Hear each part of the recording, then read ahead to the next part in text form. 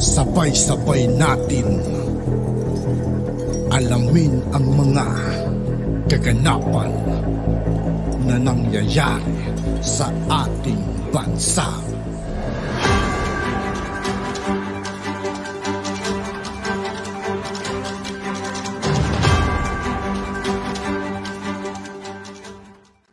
Yo, what's up mga kaibigan? This is I2K po again.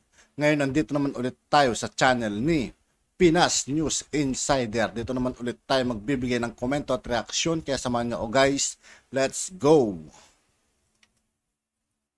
Ito ang balita ngayon. Trending ngayon sa mundo ng social media. Ang di umano'y balitang Senator Alan Peter Cayetano nagpakitang gilas sa pagdinig sa Senado. Ngunit hindi nakaligtas sa mata ng mapanuring mga tao. Pero bago ang lahat, kung bago ka pala. Sa lahat ng hindi pa nakasubscribe mga kaibigan kay Pinas News Insider, mag-subscribe na po tayo at huwag nyo rin pong kalimutan mag-subscribe dito sa aking channel.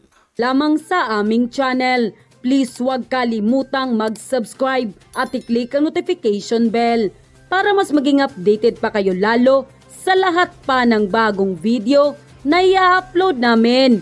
At eto na nga mga kababayan, dahil sa kaipalan di umano ni Senator Alan Peter Cayetano, hindi nga ito nakaligtas sa mata ng mapanuring tao at pinalahanan pa siya sa kanyang ipinangakong 10,000 piso. Matapos di umano nitong makisawsaw sa issue ng mga OFW na binuksa ni Senator Raffy Tulfo sa pagdinig sa Senado. Kamakailan nga ay tinalagang chairman ng Committee on Migrant Workers ang panibagong senador na si Raffy Tulfo at matapang ang kanyang naging mga hakbang para maprotektahan ang ating mga kababayang OFW. Inilabas din niya ang mga reklamo ng mga manggagawang Pilipino, lalo na sa gitnang silangan na laging may naapi at nagagahasa at minsay kinikitilan ng buhay. Sa naturang pagdinig sa Senado ay umeksena di umano si Senator Cayetano na tila baga nagbubuhat ito ng sariling bangko.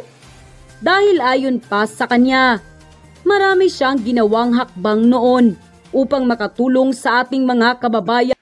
Marami daw siyang nagawang mga kaibigan. Wala kaming nabalitaan eh.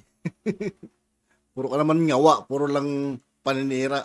Ang OFW, subalit puro pabida.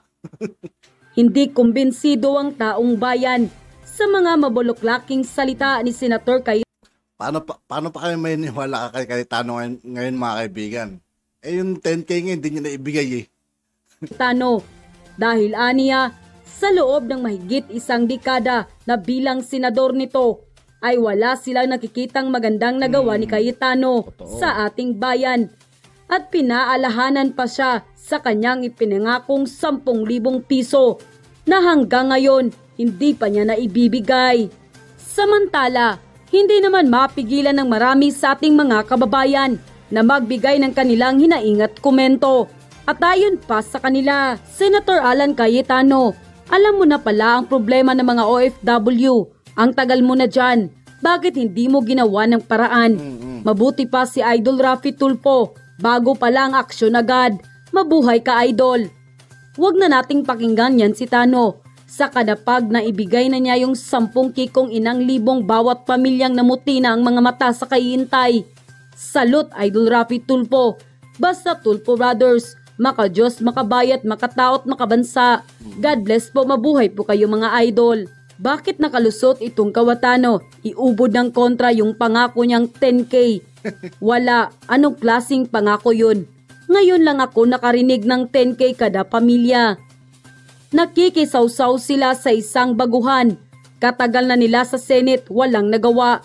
Sige idol, ipakita mo sa kanila ang tama para mahiya sila at matuto. Cayetano, ano na nagawa mo? Parang paepal ka lang. Dekada ka na nasiserbisyo. Kawawa mga OFW. Sa tagal mo na sa Senado, Senator Cayetano, bakit ngayon mo lang yan nasabi? Dapat noon pa. Dahil alam mo pala na may kamalian sa seminar ng OFW. Sana, ginawan mo na ng batas. End quote. Senator Alan Peter Cayetano. Dapat palang mga kaibigan, noon pa lang sana, ginawa niya na sana yan noon. Hinintay niya pang makaupo si Raffy Tulfo bago magsalita ng mga ganyan.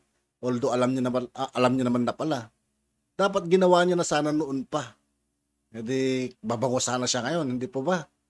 Tano, that we will take note and I'll talk to my staff to make sure na included yan sa record namin. Yes.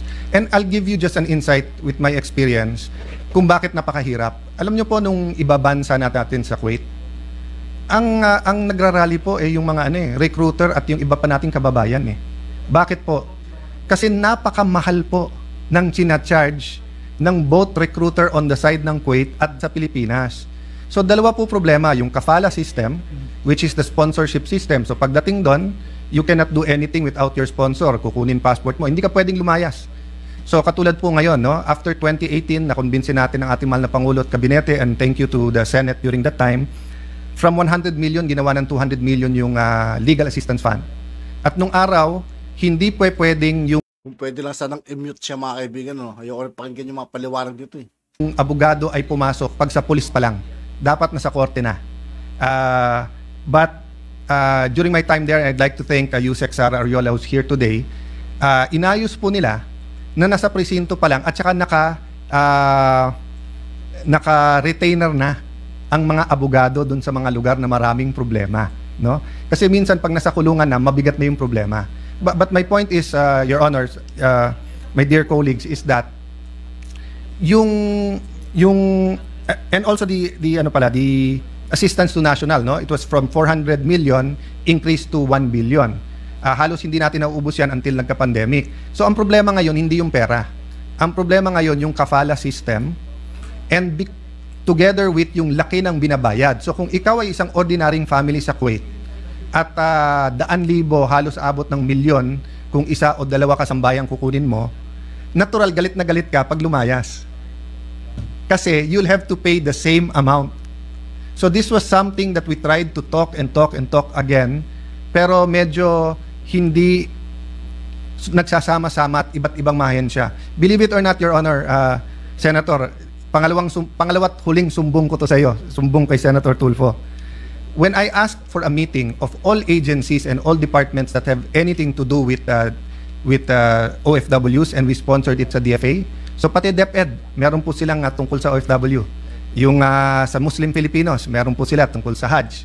Yung pong Commission on Filipinos Abroad, no? Alam mo, halos mag-iyakan kasi first time daw na nagkaroon ng ganong pagsasama-sama. At nung umalis ako to run for Congress, sinabi ko kay Secretary Bello, Sec, co-chairman ka ha, ituloy mo. I don't know why hindi na nagkaroon ng ganon. So I'm hoping now, through your committee, lahat ng ahensya that has to do with OFWs, including TESDA, because bumabalik din yan for retraining di ba? Would be able to find a home and a venue with you na sila magkausap-usap, no? So the point I'm making here is that if itatago nila yung katotohanan na pera ang dahilan, kaya hindi natin tinitigilan ang padala. Pero hindi gumastos kasi ng malaki. So it's no excuse, di ba? Kahit gumastos ka ng malaki, hindi mo dapat saktan, hindi mo dapat abusuhin. But now you will understand why they start looking at them as property. Kasi feeling nila sa laki ng perang binayad nila, amin ka. And sadly, minsan pag may naabuso at may nagre-rape, yung ibang labor attaché, hindi ko nila lahat, very minimal. And minsan sa embassy din. Ang nakikiareglo pa, opisyal natin. Nangyari mismo sa kapitbahay ko. Umuwi, utang-utang, pumunta sa akin. I think at that time, konsehal pa lang ako. Tapos sabi sa akin, Sir, ubus kami ng ng utang kami. Sabi ko, don't worry, sa batas, solidarily liable ang iyong recruiter. Habulin natin, yung sweldo mo at danyos makukuha natin. Kausapin ko tatay ko, bigyan ka ng libreng abogado. Alam mo sagot niya? Hindi sir Yung labor attaché kasi at saka yung sa embassy doon, pinapirma ako na kung pauwiin nila ako, hindi ako magrereklamo. Bakit po hindi malaman ng Pilipino yung gagawin? Kasi po kulang ang pre-departure orientation seminar. And just one detail, when I was going around the lines sa DFA, yung mga paalis, tinatanong ko sa kanila, may number ba kayo ng embassy? Sabi ko, gaano ba kahirap na isaksak natin sa passport nila na may emergency numbers? Alam mo na pala yan, dapat noon mo pa sana ginawa yan. Hindi yung ngayon ka pa magngangawa, hindi po ba? Embassy, may website, may Facebook, etc. Para naman alam nila na kung may kailangan. Bakit ko po alam na hanggang ngayon effective to? Kasi po nung bago yung Clark Airport, pinasyalan ko, hinihingan ako ng calling card ng mga ng mga OFW at sabi, sir, para may matawagan naman kami kapag ka nagka-problema. Ibig po sabihin, umaalis ang mga kababayan natin, ang alam lang nilang number, yung recruiter nila at yung sasalong recruiter doon. Senator Alan Peter Cayetano. I would like to put it on record, Madam President, so that everybody will know. I think 3 years ago, I went to Malacanang to meet with then DOF Secretary Alan Cayetano and PMS Secretary Bongo to seek their help kasi nga po merong mga inaabuso ng mga OFW, tina-traffic, pinapasok po sa prostitusyon. I asked for their help and the two gentlemen were able to help me. If I forgot to thank you then, I'm thanking you now, both gentlemen. And doon po sa sinabi kanina ni Senator Cayetano, yung sa passport na kinukumpiska, tama po kayo, hindi po dapat yan kinukumpiska. May patakaran na po, may pag-uusap na hindi dapat kinukumpiska yung mga passport para in case of emergency, yun ang po pinaka-ID nila na para sila ay pwedeng humingi ng tulong sa embahada natin o sa mga pulis doon. The problem is, hindi po sinusunod yan ng mga employers, particularly mga Arabo. So there are so many times na kapag yung OFWs natin nakaalis ng bahay o tumakas dahil hindi na po nila matanggap yung pang-abusong na kanila pong nakukuha mula sa employer, sila po ay hinuhuli ng pulis dahil nga po wala silang passport. At ang masaklap po nito, meron na pong ebidensya na sila po inabuso, marami na mga bruises, marami na pong indikasyon na talagang they were tormented, pero hindi po sila pinaniwalaan ng mga otoridad, ng mga pulis na Arabo. Yung pong pinakamahirap kasi, Madam President, sa Saudi, nagkakampihan sila. Parang sinasabi nila sa ating mga OFW, nito mga pulis na Arabo, kasalanan mo kung ikaw ay na-rape, kasalanan mo kung ikaw ay minaltrato kasi pumunta ka rito. Kung wala ka sana rito, hindi ka sana naabuso. Yan po kadalasan narinig ko po na sinasabi po ng ating mga OFW kapag sila po ay nagpag-usap sa mga pulis doon sa Saudi, hindi po silang tutulungan. And I may add also doon sa sinabi po ni Senator Cayetano, totoo po, kailangan nila ng numero ng ating mga embahada para sila po ay matulungan. But in some cases, marami na po ako natanggap na reklamo na kapag tumatawag po yung ating mga OFW, distress OFW sa Polo, hindi po sila sinasagot o walang sumasagot. And I can still remember up to this very moment, this was many years ago, ako po mismo tumawag sa Polo. Yun po ay mga bandang lunchtime. At nung tawagan ko po yung Polo para ilapit po ang reklamo ng isang OFW, ang sabi po ng taga-Polo mismo sa akin, pasensya na kasi ako'y nagbibilliards. Ayoko madisturbo. Ganun po kalala ang sitwasyon noon. Pero lang yung dahilan yan, pasensya na po. Kasi po kayo nagbibilyard.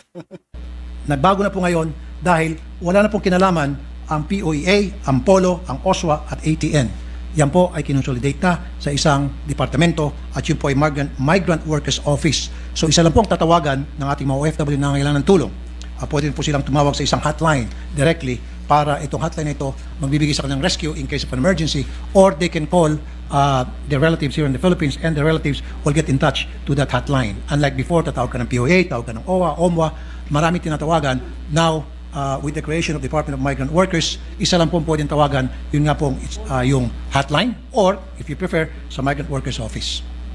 And isa pa nga po, yung nabanggit po ni Senator Cayetano, na yung mga OFWs natin napapagod, I've heard stories na 3-story building, 3-story building, and 5 family ang nakatira doon sa 3-story building at isang OFW lang po ang nagtatrabaho. Just imagine, kung dito nga po, in my case, halimbawa, meron po akong 5 kasambahay at 2-story lang po yung tinitirang kong bahay, napapagod na po yung mga kasambahay, tinutulungan pa po namin.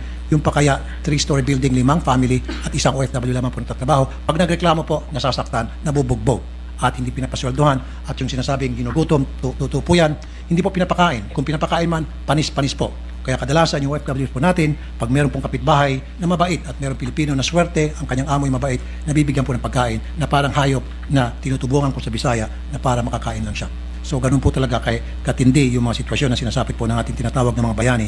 Tinatawag natin sila mga bayani pero ang turing natin sa kanila hindi mga bayani, pinapabayaan natin sila na para mga basahan. But this time, under my watch, bilang committee chairman ng Migrant Work. At yun na nga mga At yun nga po mga kaibigan, dito po nagtatapos ang ating reaction video.